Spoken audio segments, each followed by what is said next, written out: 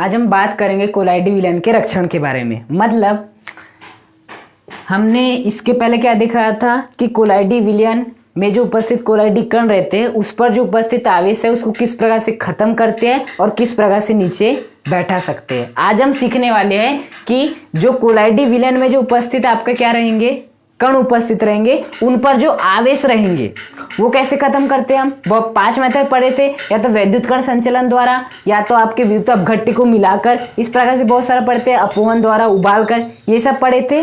तो यदि हम इन सब चीजों को भी करें फिर भी आपका कोलाइडी विलयन खत्म ना हो, मतलब समाप्त होने से बच जाए, मतलब वो नीचे ना बैठे, हमें वो देखना है। मतलब कि कोलाइडी विलयन का रक्षण। हाँ, बेसिकली ये क्या आपका पात्र है, इस पात्र में क्या रखे हुए, कोलाइडी कण रखे हुए, इनके ऊपर मान लेते क्या है आपका प्लस चार्ज है। हमने बाहर से क्या मिला है, वैद्युत अपघट्य मिला है, बाहर से हमने क्या मिला है, मान लेते हैं H3PO4 मिला है।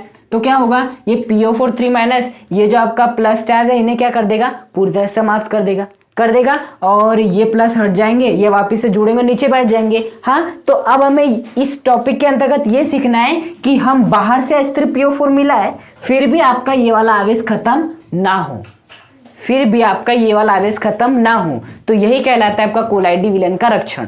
मतलब कि अब हमें कोलाइडी विलयन की रक्षा कैसे करना है वो सीखना है। हाँ, तो देखो इसके लिए आपको द्रव स्नेही कोलाइड और द्रव विरोधी कोलाइड के बारे में पता होना चाहिए। देखो द्रव स्नेही कोलाइड क्या होते हैं, जिनमें परिक्षिप्त प्रावस्था और परिक्षेपण माध्यम के कणों के बीच में आकर्षण पाया जाता है। हाँ, और आपके द्रव विरागी कोलाइड क्या होते हैं, जिसमें परिक्षिप्त प्रावस्था परिक्षेपण माध्यम के बीच में कोई भी आकर्षण नहीं पाया जाता। हाँ, हम मान लेते हैं यहाँ पर हम द्रव स्नेही कोलाइड लिए, यहाँ पर आपका द्रव विरोधी कोलाइड लिए।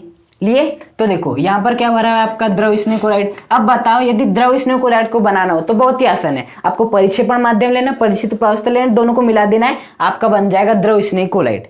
हाँ, जबकि द्रव विरागी कोलाइड बनाने तो विधियों का उपयोग करना रहता है, क्योंकि परिक्षिप्त प्रावस्था परिक्षेपण माध्यम के बीच में आकर्षण नहीं पाया जाता, तो आपको ब्रीडिंग आर्क विधि या तो पेप्टिकरण और बाहर से स्थायी कारक जैसे KOH मिलाना पड़ेगा, उसके बाद आपका क्या बनेगा, द्रव विरागी कोलाइड बनेगा। हाँ, तो द्रव विरागी कोलाइड आसानी से नहीं बनते हैं, जबकि द्रव स्नेही कोलाइड आसानी से बन जाते हैं। तो देखो द्रव स्नेही कोलाइड में परिक्षिप्त प्रावस्था परिक्षेपण माध्यम कणों के बीच में क्या होता है, आकर्षण। हाँ, तो देखो होता क्या है, ये क्या है आपका, मान लेते हैं आपके कोलाइडी कण है। हाँ, तो द्रव स्नेही कोलाइड में परिक्षिप्त प्रावस्था परिक्षेपण माध्यम के कणों के बीच में आकर्षण पाया जाता है। तो जो आपके कोलाइडी कण होते हैं उनको चारों ओर से कौन घेरे रहते हैं, इस प्रकार से परिक्षिप्त प्रावस्था के कण घेरे रहते हैं। क्या करते हैं, परिक्षिप्त प्रावस्था के कण घेरे रहते हैं द्रव स्नेही कोलाइड में। हाँ, तो इस प्रकार से परिक्षिप्त प्रावस्था के कण इस प्रकार से इन्हें घेरे रहते हैं, क्योंकि आकर्षण पाया जाता है परिक्षिप्त प्रावस्था परिक्षेपण माध्यम के बीच में। जबकि यहाँ पर ऐसा होता है क्या, नहीं, जो आपका कोलाइडी कण रहेगा वो अलग रहेगा, जिन पर अलग प्रकार का आवेश होगा माइनस, और जो आपके कोलाइडी कण रहेंगे वो अलग रहेंगे, जिनके ऊपर कौन सा आवेश होगा, आपका प्लस आवेश इस प्रकार से उपस्थित होगा। इस प्रकार से अलग अलग होते हैं। हाँ, उनके बीच में कोई भी प्यार मोहब्बत नहीं होती, बस स्थायी कारकों की सहायता से कोलाइडी विलयन अस्तित्व में आपका रहता है। जबकि यहाँ पर प्यार मोहब्बत होती है, इसलिए जो कोलाइडी कण को चारों ओर से कौन घेरा रहता है, आपका परिक्षेपण माध्यम के कण घेरे रहते हैं, जबकि यहाँ पर ऐसा नहीं होता है। हाँ, तो बताओ ये क्या आपका द्रव स्नेही कोलाइड, जिसमें क्या है, प्यार मोहब्बत है, और यहाँ ये क्या है आपका द्रव विरागी कोलाइड, जिसमें कि प्यार मोहब्बत नहीं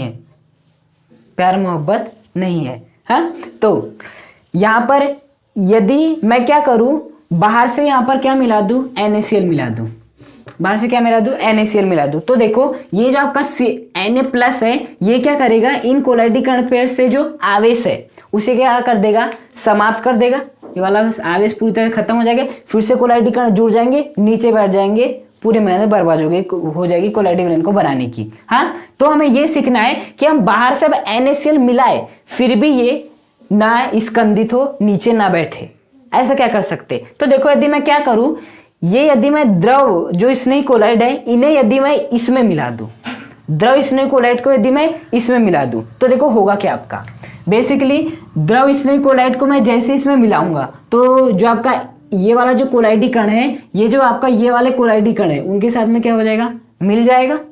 अब बताओ इस कोलाइडी कण को किसने घेर रखा है चारों ओर से, अवक्षेपण माध्यम कणों ने। तो ये किसके साथ आ गया, इस कोलाइडी कण के साथ आ गया, तो इसे भी बाहर से कौन घेर लेगा, आपका परिक्षेपण माध्यम का कण घेर लेगा। घेर लेगा। उसी प्रकार से जितने भी आपके कोलाइडी कण हैं वो इन सभी कोलाइडी कणों के साथ में आ जाएंगे यदि हम बाहर से आपका द्रव स्नेह कोलाइड को मिलाते हैं। हाँ, और साथ में आ जाएंगे तो इनके साथ में कौन है, चारों ओर से परिक्षेपण माध्यमिक कण भी है, तो इन कोलाइडी कणों के साथ भी बाहर से कौन हो जाएंगे, आपके परिक्षेपण माध्यमिक कण हो जाएंगे। अब बताओ यदि बाहर से हम NaCl मिलाते भी हैं अब, तो क्या इनका अवक्षेपण हो पाएगा? नहीं हो पाएगा, क्योंकि अवक्षेपण कब हो पाएगा, अवक्षेपण तभी हो पाएगा, मतलब स्कंदन तभी हो पाएगा जब ये वाला Na+ इस कोलाइडी कण के ऊपर जो माइनस है उससे क्रिया करे।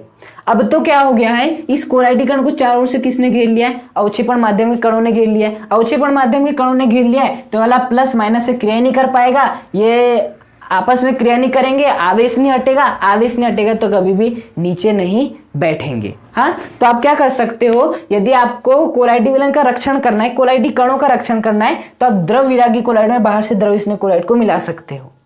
हाँ, इसलिए जो आपके द्रव स्नेह कोलाइड होते हैं उन्हें हम रक्षी कोलाइड भी कहा जाता है। क्या कहते हैं, रक्षी कोलाइड भी कहा जाता है। और द्रव स्नेही कोलाइड का इस प्रकार से रक्षण करने की क्रिया ही क्या कहलाती है, रक्षी क्रिया कहलाती है। क्या कहलाती है, रक्षी क्रिया कहलाती है। हाँ, तो जो यदि आपको लिखने आता है कोलाइडी विलयन का रक्षण, तो आप इस प्रकार से लिख सकते हो कि द्रव स्नेही कोलाइड में क्या होता है, जो आपके कोलाइडी कण रहते हैं उन्हें चारों ओर से परिक्षेपण माध्यम के कण घिरे रहते हैं। हाँ, तो यदि इन्हें हम बाहर से द्रव विरोधी कोलाइड में मिलाते हैं, बाहर से मिलाते हैं, तो क्या होता है, ये जो आपके परिक्षिप्त प्रावस्था कण रहते हैं, मतलब कोलाइडी कण रहते हैं, द्रव विरागी कोलाइडी कणों के साथ आपस में मिल जाते हैं। और जिस प्रकार से आपके द्रव स्नेही कोलाइड में एक कोलाइडी कण के चाहे परिक्षेपण माध्यम कण होते थे, उसी प्रकार से इन कोलाइडी कणों के साथ भी क्या आ जाते हैं, बाहर से परिक्षेपण माध्यमिक कण इस प्रकार से आ जाते हैं। और यदि हम बाहर से फिर से NaCl मिलाते हैं या फिर से कोई भी विद्युत अपघट्य मिलाते हैं, तो विद्युत अपघट्य में उपस्थित जो सक्रिय आयन है वो यहाँ पर उपस्थित जो आवेश है उसके साथ अभिक्रिया नहीं कर पाते, इन आवेश को खत्म नहीं कर पाते और आपका द्रव विरोधी कोलाइड की रक्षा हो जाती है। यही क्या कहलाता है, आपका रक्षी कोलाइड कहलाता है। ये क्या होते हैं, अधिक स्थायी होते हैं, अधिक स्थायी होते हैं, जबकि ये क्या होते हैं, कम स्थायी होते हैं। तो बात है समझ में, हमने इन्हें लिए, बाहर से हमने मिलाए, ये वाले कण के साथ मिले, इस कण को इस परिक्षेपण माध्यम ने घेरा था, ये वाला कण इसके साथ मिल चुका है, इस वाले कण को परिक्षेपण माध्यम ने घेरा था, तो ये वाला इसके साथ होने के कारण ये भी इसको घेर लेगा। इस प्रकार से आपका यदि आप बाहर से विद्युत अपघट्य मिलाते हो तो इनका स्कंदन नहीं हो पाता, आवेश समाप्त नहीं हो पाता और ये टूटने से बच जाते हैं। यही क्या कहलाता है, द्रव स्नेही कोलाइड की रक्षी क्रिया कहलाती है। और द्रव स्नेही कोलाइड को क्या कहा जाता है, रक्षी कोलाइड कहा जाता है।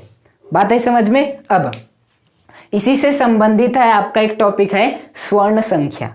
क्या है, स्वर्ण संख्या मतलब गोल्ड नंबर। अब वो क्या है समझो, यदि आपने इन सब चीजों को अच्छे से समझ लिया ना तो स्वर्ण संख्या आपको समझना बहुत आसान है। स्वर्ण संख्या जिसे हम इंग्लिश में गोल्ड संख्या भी कहते हैं, गोल्ड नंबर, या आपको सीधे पूछ सकता है गोल्ड संख्या क्या है, तो भी मतलब है स्वर्ण संख्या। देखो स्वर्ण संख्या का मतलब ये होता है कि हम मान लेते हैं कि आपका क्या है, इस प्रकार से हमने नली लिए, इस नली में हमने कोलाइडी विलयन लिए। क्या लिए, कोलाइडी विलयन इस प्रकार से लिए।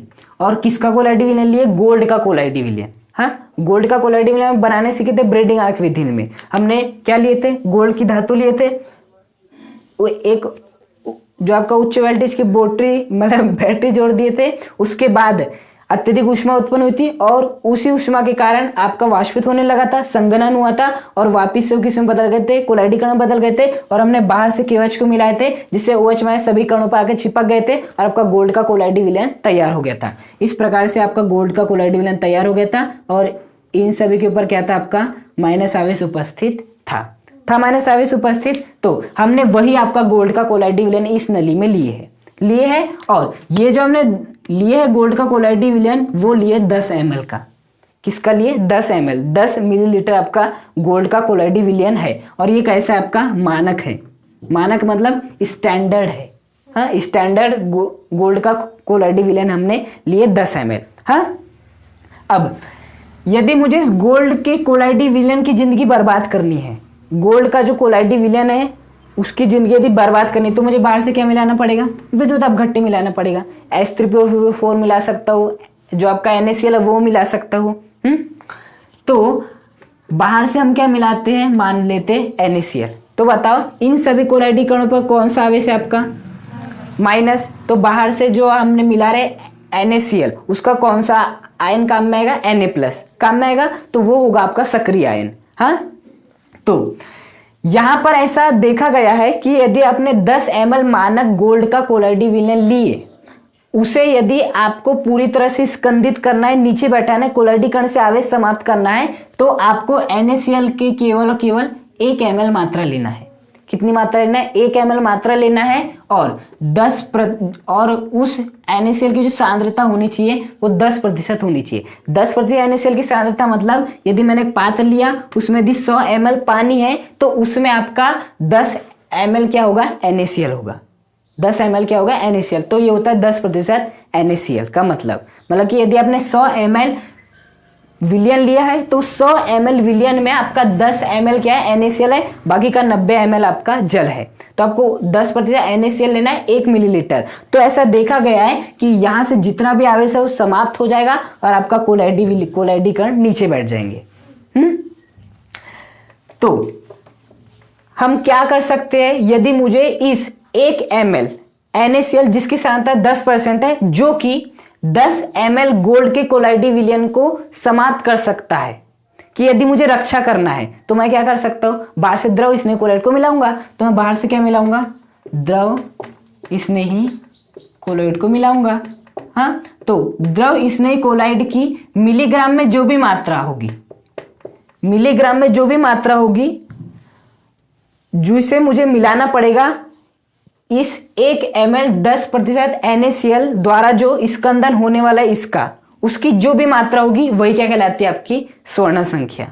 हाँ, देखो आपका 10 ml मानक गोल्ड का कोलाइडी विलयन है, उसका यदि मुझे स्कंदन करना है, कोलाइडी कण पर उपस्थित आवेश को समाप्त करना है, तो मुझे 1 ml NaCl लेना है जिसकी सांद्रता 10% है। अब मुझे इसके द्वारा इसका स्कंदन यदि रोकना है, तो मुझे बाहर से द्रव स्नेही कोलाइड को मिलाना होगा। हम सीख चुके, ये क्या है, रक्षी कोलाइड, रक्षा करता है। तो इसके जितने भी मात्रा मुझे मिलानी पड़ जाए इसके द्वारा इसका स्कंदन को रोकने के लिए, वही कहलाती है आपकी स्वर्ण संख्या। मतलब द्रव स्नेही कोलाइड की मिलीग्राम में वह मात्रा जो 10 ml मानक गोल्ड के कोलाइडी विलयन का 1 ml 10% सांद्रता वाले NaCl द्वारा स्कंदन को रोक सके। बात समझ में, द्रव स्नेही कोलाइड की मिलीग्राम में वह मात्रा, द्रव स्नेही कोलाइड की मिलीग्राम में वह मात्रा जो 10 ml मानक गोल्ड के कोलाइडी विलयन का 1 ml NaCl जिसकी सांद्रता 10% है के द्वारा होने वाले स्कंदन को रोक सके, वही क्या कहलाती है, आपकी स्वर्ण संख्या कहलाती है। क्या कहलाती है, स्वर्ण संख्या। मतलब द्रव स्नेही कोलाइड को हम बाहर से मिलाएंगे तो इसकी मिलीग्राम में कितनी मात्रा मिला है, मिलीग्राम में कितनी मात्रा मिला है कि ये जो 10 ml मानक गोल्ड का जो कोलाइडी विलयन है, जिसे कौन खत्म करने वाला है, आपका 1 ml NaCl खत्म करने वाला है, जिसकी सांद्रता 10% हो, तो वो खत्म न कर पाए। ये वाला जो है 1 ml 10% सांद्रता वाला NaCl इस 10 ml मानक गोल्ड कोलाइडी विलयन को स्कंदित ना कर सके। इसके लिए हमें द्रव स्नेही कोलाइड की जितनी भी मात्रा मिलीग्राम में मिलानी पड़े, वही कहलाती है आपकी स्वर्ण संख्या। बात आई समझ में, क्या होती है, द्रव स्नेही कोलाइड की जो भी मात्रा हमें मिलानी पड़ जाए मिलीग्राम में, वही कहलाती है स्वर्ण संख्या। और इसका मानक क्या है, ये रखा गया है कि आपका 10 ml क्या लेना है, आपको मानक गोल्ड का कोलाइडी विलयन लेना है और 1 ml 10% सांद्रता वाले NaCl को लेना है। हाँ, इतना ले लिए आपने, ये लिए 10 ml मानक गोल्ड का कोलाइडी विलयन, आपने बाहर से 10% NaCl जो कितना है 1 ml बाहर से मिला है। अब द्रव स्नेही कोलाइड के रूप में आप बहुत सारी चीजों को मिला सकते हो। जैसे कि मैं बात करूं, आपका जिलेटिन होता है, ऐसे बहुत सारे होते हैं। जिलेटिन के आपका द्रव स्नेही कोलाइड है। हाँ, तो जिलेटिन की ऐसी कौन सी मात्रा है जिसे यदि मैं मिला दूं तो आपका ये वाला बंदा इस वाले बंदे का स्कंदन ना कर सके। बात है समझ में, मैं इसकी कितनी मात्रा मिलाऊं कि ये बंदा इस बंदे को खत्म ना कर सके, बस वही है। हाँ, वही क्या कहलाती है, आपकी स्वर्ण संख्या, गोल्ड नंबर कहलाती है। तो देखो ये जो आपका दिख रहा है ना, ये सभी क्या आपके रक्षी कोलाइड, मतलब ये क्या है, द्रव स्नेही कोलाइड है। ये आपके जिलेटिन, हीमोग्लोबिन, कैसिन, स्टार्च, ये सभी क्या है, द्रव स्नेही कोलाइड है, बहुत प्रकार के होते हैं। अंडे का एब्ल्यूमिन देखियो, वो भी आपका द्रव स्नेही कोलाइड है। हाँ, और ये क्या है, स्वर्ण संख्या, मतलब यदि आप जिलेटिन को काम में लेते हो, हाँ देखो स्वर्ण संख्या क्या है, 0.005 से 0.001। हाँ, और स्वर्ण संख्या बेसिकली क्या है, रक्षी कोलाइड की मिलीग्राम में मात्रा है। और कौन सी मात्रा है, वह मात्रा है जो कि इसके द्वारा इसका स्कंदन को रोक सकती है, वो मात्रा है। हाँ, तो यदि आप जिलेटिन को काम में लेते हो तो जिलेटिन की केवल मिलीग्राम में 0.005 से 0.01 तक की मात्रा ही, इतनी सी मात्रा, इतनी कम मात्रा। हाँ बताओ, 1 मिलीग्राम कितना कम होता है बहुत कम। तो यदि हम कितना मिलीग्राम रहे, 0.005 से 0.01 मिलीग्राम, इतनी यदि हम मात्रा लेते हैं तो हम इस 10% NaCl जो कि 1 ml है, इसके द्वारा इसके स्कंदन को रोक सकते हैं। वहीं यदि हम बात करें स्टार्च की, तो स्टार्च की मिलीग्राम में वही कितनी मात्रा लेनी पड़ेगी, 20 मिलीग्राम से 25 मिलीग्राम तक की मात्रा लेनी पड़ेगी। देखो मात्रा आपकी ज्यादा है, मतलब कि इसकी रक्षण क्षमता क्या है, कम है। हाँ देखो, इसकी मात्रा क्या है, कम है, मिलीग्राम में मात्रा कम है जिलेटिन की मात्रा कम लेंगे लेकिन वो रक्षा ज्यादा करेगा। और यहां पर हम इसकी मात्रा ज्यादा लेंगे, मात्रा ज्यादा लेना पड़ेगा तब वो रक्षा करेगा, है ना। मतलब कि स्वर्ण संख्या का मान जितना कम होगा, स्वर्ण संख्या का मान जितना कम होगा, उसकी रक्षण क्षमता का मान उतना ही क्या होगा, अधिक होगा, है ना। तो हम लिख सकते हैं कि जो आपकी रक्षण क्षमता होती है वो किसके व्युत्क्रमानुपाती होती है, या ऐसा बोल सकते हैं कि जो स्वर्ण संख्या होती है आपकी, जो आपकी स्वर्ण संख्या होती है वो 1 रक्षण क्षमता की क्या होती है, व्युत्क्रमानुपाती होती है। स्वर्ण संख्या का मान जितना अधिक होगा उसकी रक्षण क्षमता उतनी ही कम होगी। देखो जिलेटिन, यदि मैं स्टार्च की बात करूं तो चलो आपके पास 2 ऑप्शन है, जिलेटिन है, स्टार्च है।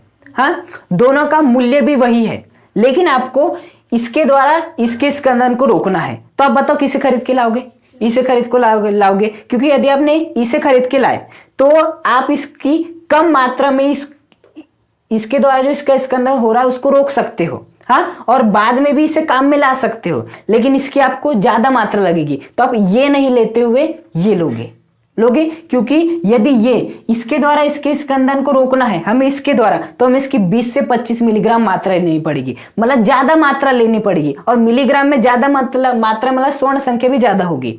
अब बताओ मात्रा ज्यादा मतलब इसकी रक्षण क्षमता क्या है, कम है। इसलिए कहा जाता है कि स्वर्ण संख्या का मान जितना अधिक होगा, स्वर्ण संख्या का मान जितना अधिक होगा, रक्षण क्षमता का मान उतना ही कम होगा। और जितनी हम कम मात्रा लेंगे उसकी रक्षण क्षमता उतनी ही क्या होगी, ज्यादा होगी। बात आई समझ में। इसलिए कहा जाता है कि स्वर्ण संख्या का मान जितना अधिक होगा, रक्षण क्षमता का मान उतना ही कम होगा, और स्वर्ण संख्या का मान जितना कम होगा, रक्षण क्षमता का मान उतना ही ज्यादा होगा। जैसे जिलेटिन की हमें कम मात्रा में ही इसकी रक्षा हो जाती है, जबकि इसकी ज्यादा मात्रा में रक्षा होती है, तो किसकी रक्षण क्षमता अधिक होगी, जिलेटिन की, और इसकी रक्षण क्षमता कम होगी। तो यदि मैं बात करूं हीमोग्लोबिन और कैसिन, ये जो द्रव रक्षी कोलाइड है, बताओ किसके लिए स्वर्ण संख्या का मान अधिक है, हीमोग्लोबिन के लिए 0.03। इसके लिए स्वर्ण संख्या का मान अधिक है, ज्यादा मात्रा लेनी पड़ रही है, जबकि इसके लिए स्वर्ण संख्या का मान क्या है, कम है। मतलब इन दोनों को एक ही काम करना है, इसके द्वारा इसके स्कंदन को रोकना है, लेकिन हमें इसकी ज्यादा मात्रा लेनी पड़ रही है, इसकी कम मात्रा लेनी पड़ रही है। तो सोचो किसकी किसकी रक्षण क्षमता ज्यादा होगी, रक्षा करने की क्षमता ज्यादा होगी, इसकी रक्षा करने की ज्यादा क्षमता होगी, क्योंकि ये कम मात्रा में वही काम कर रहा है जो ये ज्यादा मात्रा में कर रहा है। हाँ, तो स्वर्ण संख्या का मान जितना कम होगा, रक्षण क्षमता उतनी ही ज्यादा होगी। हीमोग्लोबिन और कैसिन में किसकी रक्षण क्षमता ज्यादा होगी, इसकी, क्योंकि इसकी स्वर्ण संख्या का मान क्या है, कम है।